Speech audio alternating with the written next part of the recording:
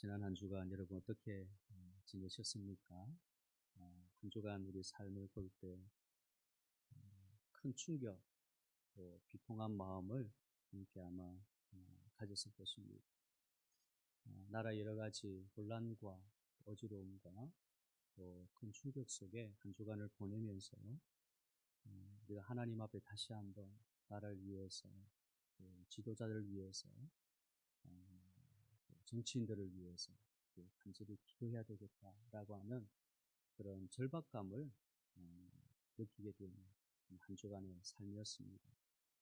하나님의 뜻을 구하고 주님의 평화와 안정을 구할 때에 이 땅에 진정한 하나님의 나라와 하나님의 영광이 드러나리라 여겨지면서 오늘 참 무거운 마음으로 저는 예배 자리에 나온 줄 모르겠습니다. 무거운 마음으로 왔다 할지라도 또 우리가 좀 답답한 마음으로 예배 자리에 나왔다 할지라도 하나님을 향한 사랑의 마음이 그 모든 것을 뛰어넘고 그래서 하나님께 더 가까이 나아가며 하나님 우리 가운데 주시는 평안과 희망과 소망을 함께 누릴 수 있는 진정한 예배로 영적인 예배로 하나님께 올려질 수 있기를 주님의 이름으로 축복합니다. 아멘. 자, 우리 옆에 있는 분들과 앞뒤로 같이 한번 인사 나누십시다. 주님이 우리와 함께 하십니다. 주님이 우리와 함께 하십니다. 우리를 위해서 이 땅에 오셨습니다. 우리를 위해서 이 땅에 오셨습니다. 여러분, 신앙 안에서 기다림은 견고한 믿음이 있을 때에 가능합니다. 흔들림 없이 주님을 기다리며 소망 안에 머무는 것, 그것이야말로 하나님께 나아가는 가장 순전한 발걸음입니다. 주님이 땅에 오신 대강절, 오늘 두 번째 주일을 맞이했습니다. 우리가 두 번째 발걸음을 마치 내딛는 것처럼 우리 주님께 나아가는 가장 순전한 발걸음으로 오늘 에스겔 3, 4장 23절, 24절 본문으로 참 목자를 기다리며 라고 하는 주제로 잠시 말씀 함께 나누려고 합니다. 여러분, 에스겔 쓴 말씀은요 48장, 그러니까 48장으로 구성되어 있습니다. 전반부 24장과 후반부 24장의 주제는 상반됩니다. 전반부의 주제는 언약을 어긴 하나님 백성을 징계, 심판하신다는 것이고, 후반부의 주제는 그럼에도 불구하고 그 하나님 백성을 구원하시겠다라는 것입니다. 특히 구원하실 때에는 하나님이 세우신 한 목자이신 메시아를 통해서 하나님 백성들을 구원하신다는 것이 후반 24장의 핵심 주제입니다.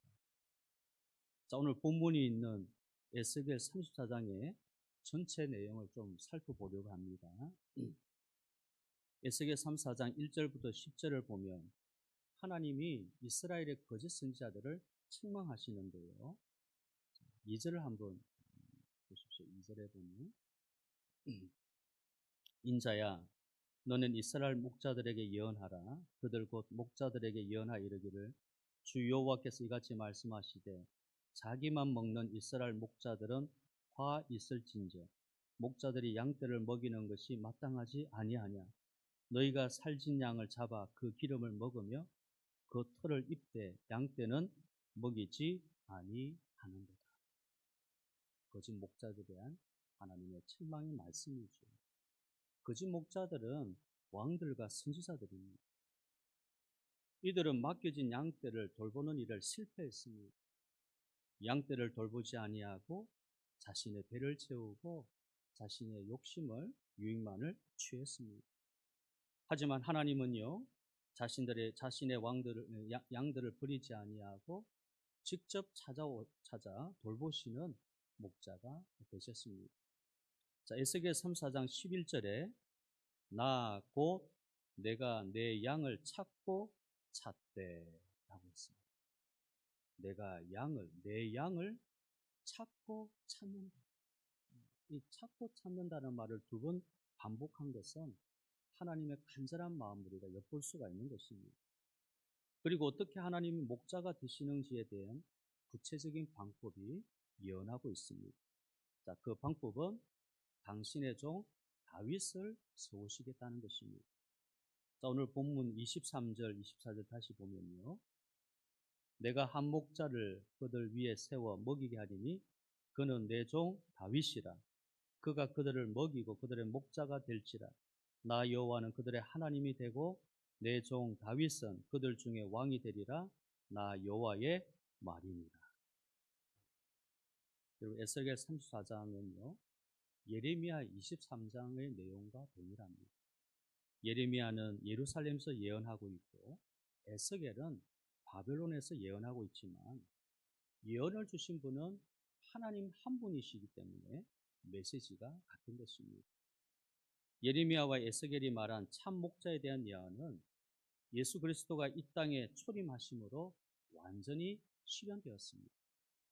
요한복음 10장 14절에 보면 나는 선한 목자라. 예수님 말씀, 나는 선한 목자. 그리고 15절 끝부분에는 나는 양을 위하여 목숨을 버리니. 이 땅에 오신 예수님의 초림을 인해서 이 말씀, 이 예언이 실현이 되어졌습니다. 그러므로 참 목자이신 예수 그리스도의 초림, 이 강림에 대한 진리를 오늘 잠시 살펴보려고 하는데요. 평소에도 우리가 말씀 잘 듣고 계시겠지만 오늘은 특별히 말씀에 잘 귀를 기울여 들어주시면 좋겠습니다. 우리에게 주신 주님의 초림에 대한 네 가지 진리가 오늘 말씀을 통해서 볼 수가 있는데요. 자, 첫째는 메시아 예언의 점진적 계시입니다. 메시아 예언의 점진적 계시. 그리고 구약 성경 곳곳에는요, 죄악에 빠진 인간을 구원하실 메시아에 대해 예언되어 있습니다. 그리고요, 신약 시대에 가까울수록 그 범위가 점진적으로 좁아진다는 것을 볼 수가 있지요. 그러니까 메시아 예언은 점진적으로 구체화되고 있다는 것입니다. 창세기로부터 시작된 메시아에 대한 예언이 어떻게 구체적으로 계시되고 있는지를 우리가 성경을 좀 찾아서 보도록 하겠습니다. 첫째는 원복음입니다. 원복음. 첫 복음이라도 할 수도 있고요. 원시 복음이다라고도 할 수 있습니다. 원복음인 창세기 3장 15절을 보면 메시아에 대한 예언이 나옵니다. 그럼 이 말씀은 아담과 하와가 타락한 후에 주신 말씀인데요. 창세기 3장 15절 내가 너로 여자와 원수가 되게 하고 내 원수도 여자의 후손과 원수가 되게 하리니 여자의 후손은 내 머리를 상하게 할 것이요 너는 그의 발꿈치를 상하게 할 것이니라 하시고. 그래서 우리가 원복음, 최초의 복음, 창세기 3장 15절 기억하시면 됩니다. 첫 번째 복음, 원시 복음, 원복음인데요. 이 말씀을 주신 것이 아담과 하와가 타락한 직후에 주신 말씀입니다. 여기 여자의 후손이 아담과 하와를 유혹해 죄를 짓게 한 뱀의 머리를 부수고 죄에 빠진 인간을 건져내신다라는 말씀이죠.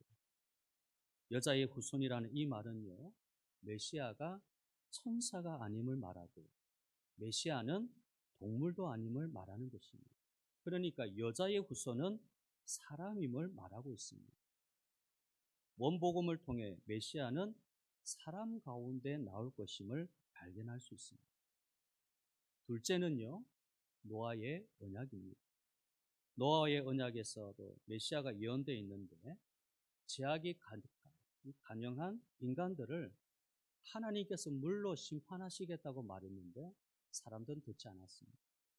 오직 방주를 만들어서 노아와 8 식구와 동물들만 살아남았습니다. 그리고 하나님이 노아와 언약을 맺습니다. 창세기 9장 15절에 내가 나와 너희와 및 육체를 가진 모든 생물 사이에 내 언약을 기억하리니 다시는 물이 모든 육체를 멸하는 홍수가 되지 아니할지라. 자, 이 언약으로 인류는 더 이상 물로 망하지 않게 되었습니다. 왜냐하면 하나님은 언약을 기억하셨고 인간이 보존되어야 그 가운데서 언약을 성취하는 메시아가 나오기 때문입니다. 셋째는요, 아브라함의 언약이지요.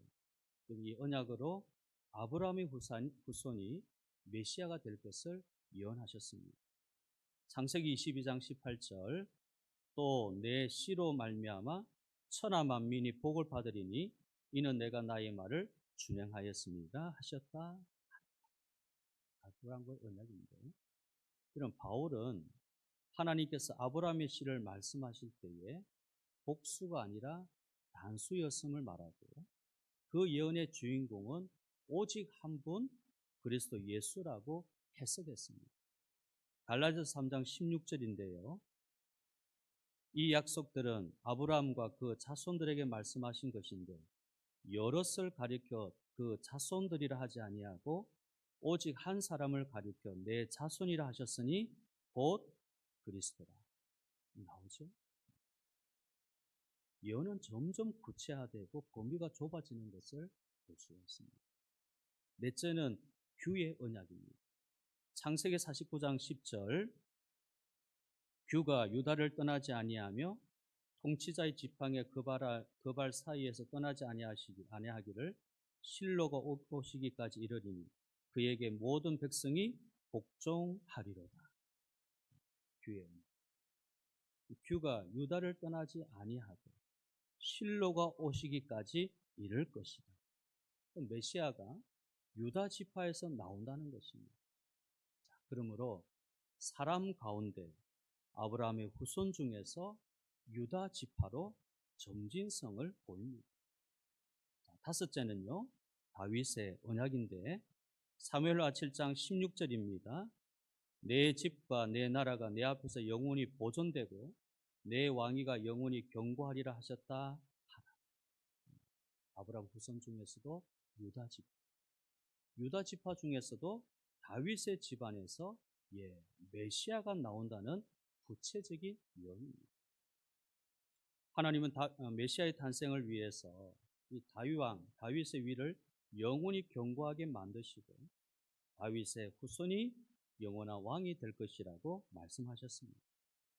물론 이 예언은요, 1차적으로는 솔로몬 왕을 이야기하는데 궁극적으로는 예수 그리스도를 가리킵니다. 누가복음 1장 31절 33절, 보라 너가 잉태하여 아들을 낳으니 그 이름을 예수라 하라.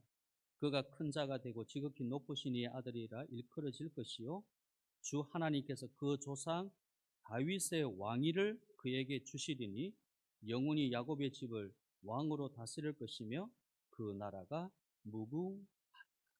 그렇죠? 궁극적으로는 예수 그리스도를 말하는 것입니다. 이 예언은 선지서에서도 반복 등장하고 있는데요. 예레미야 23장 5절에 여호와의 말씀이니라 보라 때가 이르리니 내가 다윗에게 한 의로운 가지를 일으킬 것이라. 그가 왕이 되어 지혜롭게 다스리며 세상에서 정의와 공의를 행할 것입니다. 선지서에서도 지금 이렇게 말씀합니다. 오늘 본문에도 말씀 나옵니다. 내가 한 목자를 그들 위에 세워 먹이게 하리니 그는 내 종 다윗이라. 다윗의 위를 영원히 하겠다. 다윗의 자손에서부터 메시아가 될 것이다. 그러므로 하나님은 메시아를 보내시는데 인간으로 보내시고 아브라함의 후손으로 보내시고 유다 지파의 후손으로 보내시고 유다 지파 중에서도 다윗의 후손 가운데서 나올 것을 명확하게 예언하셨습니다. 자, 이처럼 계시가 진행될수록 우리는 메시아에 대해서 구체적으로 정확히 알 수 있습니다. 자, 근데 오늘 본문에 보니까 23절에 다윗을 목자로 세우신다라고 하는 말씀이 나옵니다. 여러분, 이 다윗을 목자로 세우신다는 이 의미가요, 다윗의 환생을 말하는 것도 결코 아닙니다. 또 다윗과 같은 왕을 의미하는 것도 아닙니다. 그럼 다윗은 여러분 아는 대로 BC 1010년에 왕이 되었고 40년 6개월 동안 통치하고 BC 970년에 죽었습니다. 에스겔 선지자는 BC 580년에 예언을 하고 있으므로 몇 년이 간격이 있습니까? 400년의 간격이 있는데 그럼 어떻게 죽은 다윗을 목자로 다시 세울 수 있을까요? 그러므로 여기 당연히 다윗이 아니라, 다윗의 환생이 아니라 다윗의 후손 가운데 메시아가 나올 것임을 예언하고 있는 말씀이 되는 겁니다. 자, 또한 우리가 메시아에 관한 예언을 보면서 절대 간과하지 말아야 될 사실이 있습니다. 그것은 이런 메시아는요, 유대인에게서 나오겠지만 유대인만을 위한 구원자가 아니라 구원자가 아니라는 거예요. 만민을 위한 구원자라는 겁니다. 유대인 가운데서도 하나님 참된 양이 있고 이방인 가운데서도 참된 하나님의 양이 있습니다. 노아도 유대인이 아니었습니다. 아담과 아브라함도 유대인이 아닙니다. 아브라함의 언약은요, 아브라함의 씨로 천하 만민이 복을 받는다. 천하 만민입니다. 유대인으로 주님이 오셨지만 유대인들을 위한 구원자가 아니라 모든 만민, 천하 만민을 위한 구원자로 예수님이 오셨다는 거예요. 그러므로 우리는 구약 성경에서 메시아는 천하 만민을 구원하는 구원자라는 것을 알 수가 있습니다. 참으로 놀라운 계시의 하나님이시죠.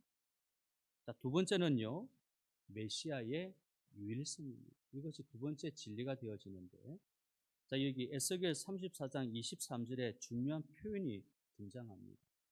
9절 한번 보여주십시오. 예. 여기 한 목자, 빨갛게리 글씨를 했는데요. 아주 중요한 표현입니다. 한 목자. 목자는 여러 목자가 있는 것이 아닙니다. 하나님이 세우시는 목자는 오직 하나임을 강조하고 있습니다. 창세기 3장 15절에 뱀의 머리를 깨어 놓을 여자의 후손도 단수죠. 단수뿐만 아니라 남성입니다. 창세기 22장 18절에 나오는 아브라함의 씨도 단수. 예레미야 23장 5절에 기록한 한 의로운 가지도 단수입니다. 그래서 메시아는 오직 한 존재라는 유일성을 말하는 것입니다. 하나, 한 목자. 이는 예수님 스스로도 자신이 유일한 메시아이심을 증언하셨습니다. 요한복음 14장 6절 예수께서 이르시되 내가 곧 길이요 진리요 생명이니 나로 말미암지 않고는 아버지께로 올 자가 없다. 우리가 영어 성경 번역에 보면은 길이요 진리요 생명 그 앞에 정관사 더가 붙어 있습니다. 그 길이고 그 진리고 그 생명이다. 유일한 예수밖에 없다. 스스로 말씀합니다. 그래서 사도행전 4장 12절에 다른 이로서는 구원을 받을 수 없나니 천하 사람 중에 구원받을 만한 다른 이름 우리에게 주신 일이 없습니다. 구원받을 이름을 주신 적이 없습니다. 예수 이름 외에는 구원받을 이름이 없습니다. 구약 성경에서도 메시아는 한 분이고 신약 성경에서도 메시아는 한 분이며 그분이 예수 그리스도임을 명확하게 증언하고 있습니다. 자, 그런데요. 여기 에스겔 34장 1절부터 10절에 등장하는 거짓 목자들은 모두 복수로 기록되어 있습니다. 여러 거짓 목자들, 여러 거짓 목자들입니다. 복수입니다. 왜냐하면 사람은 자신을 죄악에서 건져줄 목자가 아주 많기를 원하기 때문입니다. 사람들은 불교나 힌두교나 이슬람도 목자가 되기를 원합니다. 인간이라면 누구라도요, 사람들이 지옥에 가기를 원하지 않기에 길이 많으면 좋겠다라고 생각하는 것입니다. 이 길을 가도 구원, 저 길로 가도 구원. 여러 길이 있으면 얼마나 좋을까. 그러니까 거짓 목자들 복수입니다. 그러나 참 목자는 한 목자, 유일한.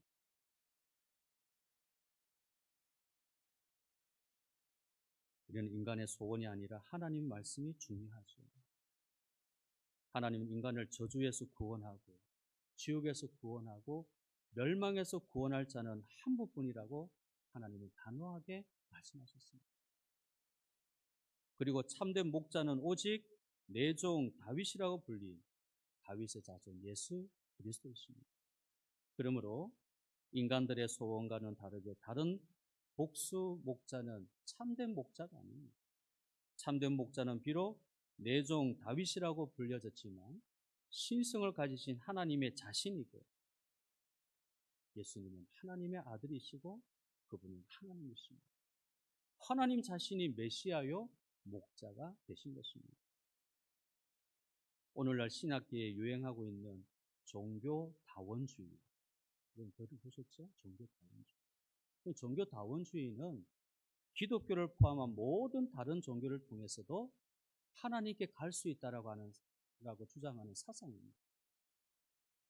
이것이 인간의 보편적인 소원이 될 수는 있지만 진리는 아닙니다. 그저 사탄에게서 나온 인간의 거짓된 철학일 뿐이죠. 우리를 지옥에서 구원하실 분은 오직 예수 그리스도십니다. 예수를 믿어야 우리는 멸망에서 구원받고 하나님의 심판에서부터 구원받습니다. 세 번째 진리는요, 메시아의 사역입니다. 우리 다시 23절 중반절에 보면 메시아를 가리켜서 뭐라고 했습니까? 내 종 다윗, 내 종, 나의 종 다윗이다. 자, 메시아는 하나님의 뜻을 받들어서 하나님의 일을 하는 종입니다. 메시아가 여호와의 종이라는 이 사상은 종의 노래라고 네 번이나 나오는 이사의 말씀에서 우리가 찾아볼 수가 있는데, 자, 그리고 오늘 본문인 에스겔서에도 메시아는 하나님의 종임을 계시하고 있습니다. 자, 메시아가 종이라는 의미는 무엇입니까?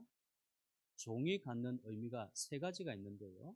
첫째, 메시아가 종으로서 겸손하다는 겸손. 하나님의 종, 메시아가 하나님의 종이라는 것의 첫 번째 의미는 겸손함을 말합니다. 예수님이 얼마나 겸손하셨는지 인자는 머리 둘 곳도 없다라고 말씀하셨습니다. 예수님 하나님의 본체지만 하나님과 동등됨을 취할 것을 여기지 아니하시고 종의 형체를 입고 이 땅에 오셨습니다. 그러므로 예수를 믿고 예수를 닮은 사람들은 예수처럼 겸손해야 됩니다. 교만한 사람은 마귀를 닮은 사람입니다. 교만한 사람은요, 그 속에 마귀가 역사하고 있다는 것입니다. 성도는 교만을 이기고 겸손하게 달라도 여러분 3개월만 기도하면 막달라 마리아에게 붙었던 귀신 70배가 붙어있다 할지라도 다 떠나가게 되는 것입니다. 겸손해집니다. 둘째, 메시아는요, 종으로서 성부 하나님과 친밀한 관계였다는 것입니다. 사도 요한은요, 아버지 품속에 독생하신 하나님이라 그랬습니다. 요한복음 1장 18절에 본래 하나님을 본 사람이 없으되 아버지 품속에 있는 독생하신 하나님이 나타내셨느니. 품속에 있다는 것은 극도의 친밀성을 말하는 겁니다. 하나님의 품속에 있을 정도로 메시아는 하나님과 아주 밀접했습니다. 두 번째입니다. 세 번째로 선택된 종이라는 것을 의미합니다.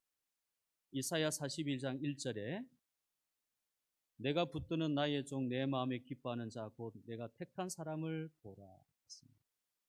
이게 성부 하나님이 예수님 먼저 택하시고 예수 믿는 우리를 그리스도 안에서 택해 주신 것입니다.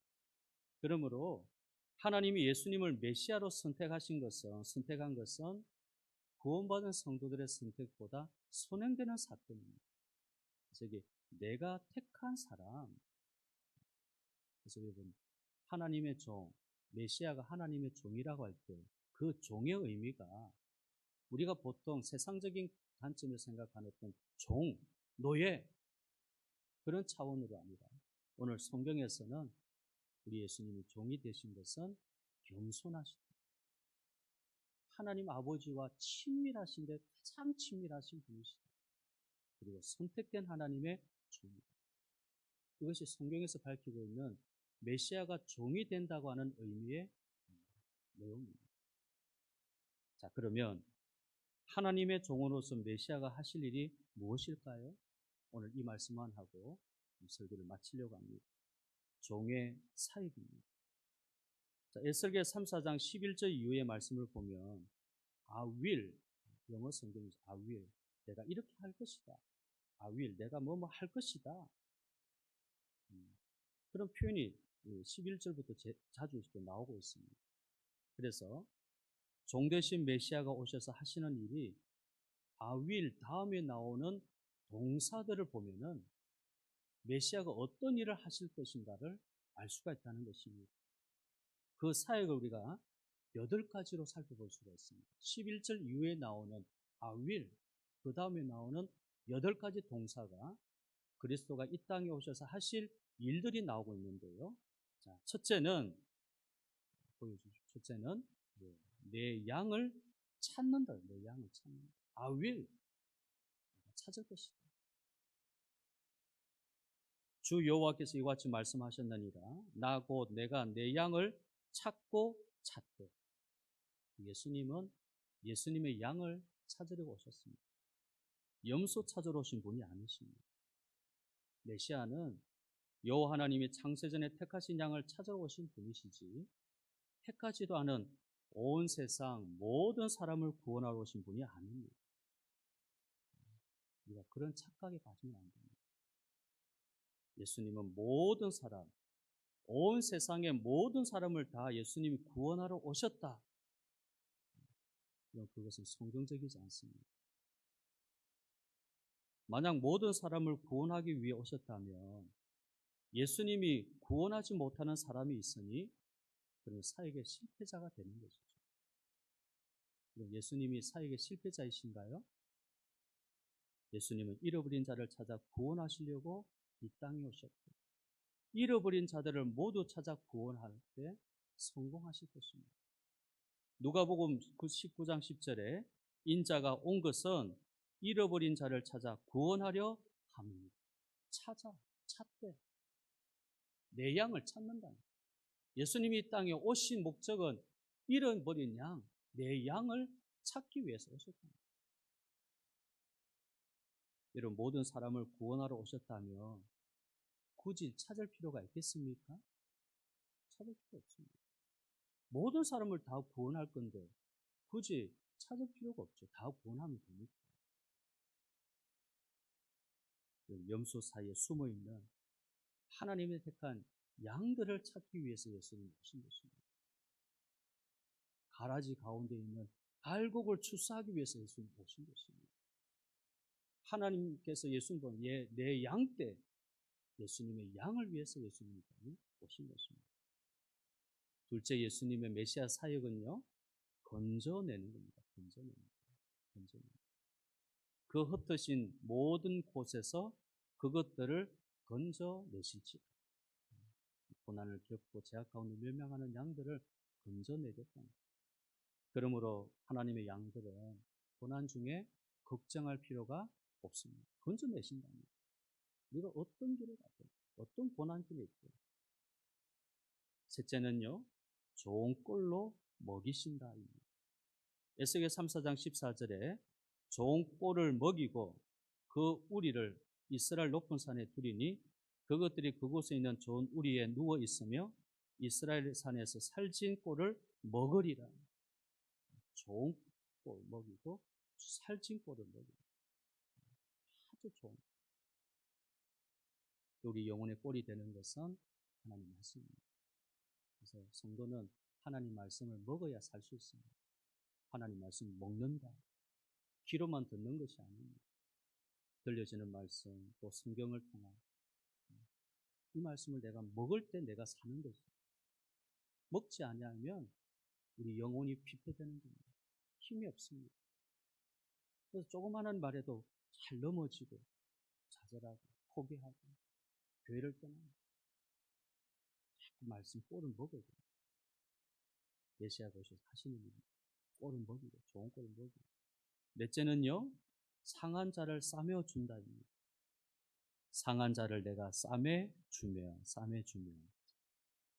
예수님은 저로 인해 상처 입고 사탄의 공격으로 절뚝거리는 양들을 치료하시고 싸매어 낫게 하시는 분입니다. 다섯째는요, 병든 자를 강하게 하십니다. 병든 자를 내가 강하게 하려니와. 예수님 모든 질병을 물리치시고 고쳐주시는 분이십니다. 여섯째는요, 양과 염소 사이를 구별한다 이 것입니다. 17절 내가 양과 양 사이와 순양과 순요 사이에서 심판하노라. 양과 양 사이에 순양과 순염소 사이에서 심판하노라. 이 땅의 사람들은 예수님 재림하실 때에 완전히 양과 염소로 구별될 것입니다. 양은 오른편에 두어 창세로부터 예비된 영영한 나라를 상속하게 될 것이고, 염소는 왼편에 두어서 영영한 지옥불 불못에 들어가게 할 것이다. 심판하는 구별합니다. 양과 염소가 구별된다는 겁니다. 다 섞여 있겠지만 양인지 염소인지 지금은 모르겠지만 주님이 오셨을 때에 양과 염소가 분명히 구별되어집니다. 7번째는요, 화평의 언약을 맺는다입니다. 내가 또 그들과 화평의 언약을 맺고 우리는 본래 하나님과 원수였지만 메시아를 믿음으로 하나님께서 우리와 화친하십니다. 그리고 우리는 하나님과 화목하는 것이 중요합니다. 하나님과 화목하지 못하면 천국 갈 수 없지요. 하나님 우리와 화목하기 위해서 예수를 화목제물로 보내셨습니다. 그래서 메시아 예수 그리스도 화목제물. 마지막 8번째 메시아 사역은요, 복된 소낙비를 내리신다고 말씀합니다. 26절에 보면 내가 그들에게 복을 내리고 내 산 사방에 복을 내리며 때를 따라 소낙비를 내리되 복된 소낙비를 내리리라. 메시아는 하나님 택한 양들을 찾아 복을 주시는데, 그 복을 주시는데 보니까 소낙비처럼 부어 주시겠다는 소낙비. 이 표현이 여러분 어떻습니까? 우리가 올여름 장마가요, 참 기상이변으로 극한 폭우로 이렇게 내렸었는데, 여름철 장맛비는 반가운 소식은 아니지만 하나님이 주시는 복이 그렇게 소낙비처럼 장맛비처럼 오면 여러분 어떻겠습니까? 하나님의 복이 우리에게 내리는 하나님 복이 소낙비처럼 내린다면 여러분 어떻겠습니까? 이 말씀은요, 우리에게 복을 주시는데 엄청난 복을 주신다는 겁니다. 우리가 생각지 못했던 엄청난 복을 주시기를 원하는 분이십니다. 자, 이것이 메시아가 이 땅에 오셔서 하실 8가지 사역. 우리 예수님 이 땅에 오셔서 이 8가지를 이루셨습니다. 지금도 성령을 통해서 우리에게 이루어 주시는 것입니다. 이제 말씀을 마치려고 합니다. 그리고 성도들은 하나님께서 양으로 삼으신 택한 백성입니다. 그리고 예수 그리스도는 우리의 참된 목자가 되셔서 우리가 방황할 때 찾아 건져주시는 분이시고 고쳐주시고 강하게 하시고 복을 소낙비처럼 부어주시는 메시아이신 것입니다. 우리에게 다른 목자 없습니다. 메시아는 한 목자 예수님 뿐입니다. 우리는 좋은 목자, 참 목자를 둔 하나님의 양들입니다. 좋은 양은요, 참 목자의 음성을 듣고 따라가게 되어 있습니다. 요한복음 10장 27절에 내 양은 내 음성을 들으며 나는 그들을 알며 그들은 나를 따르느니라. 참 목자의 음성을 듣고 따른다. 거짓된 목자 따르는 게 아닙니다. 세상의 소리에 따르는 게 아닙니다. 사람의 소리에 귀를 기울여 따라가는 게 아닙니다. 좋은 양은 참 목자의 음성을 듣고 따른다. 그러므로 우리 성도님들 항상 주의 음성을 듣고 오직 주님만을 따라가고 순종하는 좋은 양으로 날마다 소낙비처럼 복을 부어주시는 예수 그리스도 안에서 우리 믿음의 담대함을 갖고 요동하는 세상 속에, 어지러운 세상 속에, 불완전한 세상 속에 하나님 우리를 강한 손으로 붙드심으로 믿음의 승리를 하면 우리 모두가 되기를 주님의 이름으로 축복합니다. 아멘.